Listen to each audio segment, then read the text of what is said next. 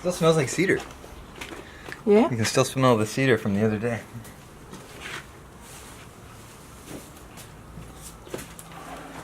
This thing on? I'm recording. Yeah, I guess.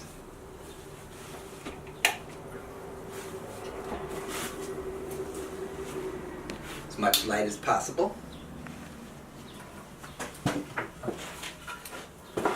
This is the tiny little shop where I've been making little bits of furniture, like this grownup style wall cabinet, which obviously still needs some panels to back in the to cover the plywood and so on like that, and also this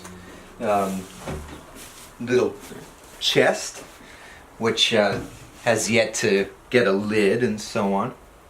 Biggest project that I've built in here is this version of a Nicholson style bench, which I sort of modified for the size of this space out of the book by Chris Schwartz that everybody knows about. You see, I like to work with rough lumber, and so the bandsaw is really my number one tool, combined with this planer. That way I can turn the rough lumber into nice pieces of wood, like and create little veneers and lining like the cedar strips inside of this trunk. Able to mill them down out of a 2x6. I still got pieces left, otherwise I wouldn't have been able to do that. But it is impossible to keep it clean in here. Like, yeah, turn around. This is, I jokingly refer to this space as my dust collection system.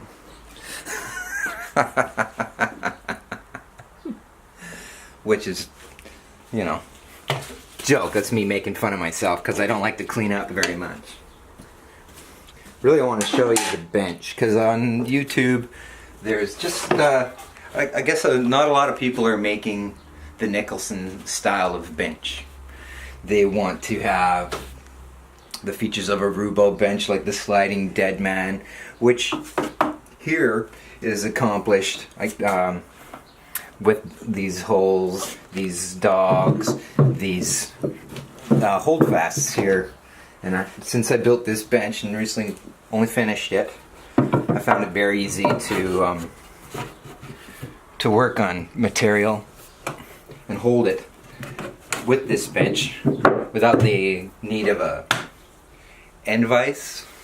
And so far I haven't put any dog holes in the top either, and it's been just easy as pie to work on stuff held with this leg vise.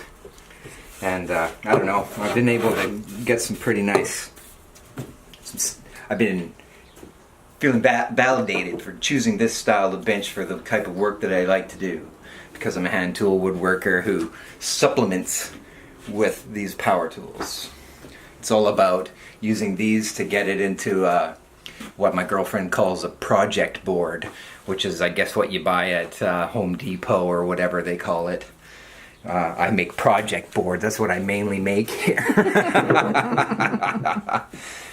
Anyway, I am loving this. This is made out of red oak. I bought a bunch of wood last year at a real special. Got a real deal from a guy, and I just didn't want to. I didn't want to build a bunch of red oak furniture because I don't really love it.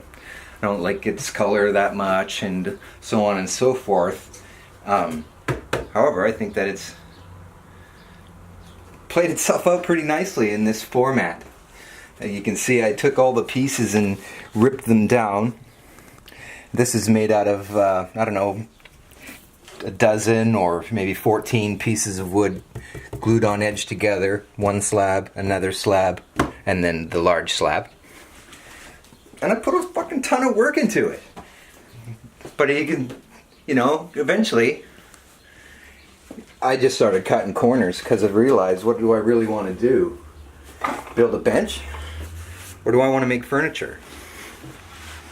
So when I realized that the top isn't exactly square to the side, I just went with it. It's more or less flat. That's good enough. Because what I really want to do is make nice things like that. So, anyway, I've watched a ton of stuff on YouTube of guys who make things, you know, and I don't just mean Mark Spagnolo and Norm Abrams, but, you know, a lot of people out there are putting out some good YouTube content, and we can all learn from it, and I thought I would throw a little back by making it, letting you all laugh at my tiny little space here, bigger than a bathroom, maybe by this much.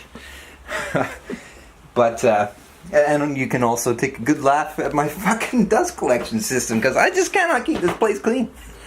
So if anyone has any ideas or wants some shavings for their chickens, let me know. Thanks for watching. You know, have a good time out there in your shop.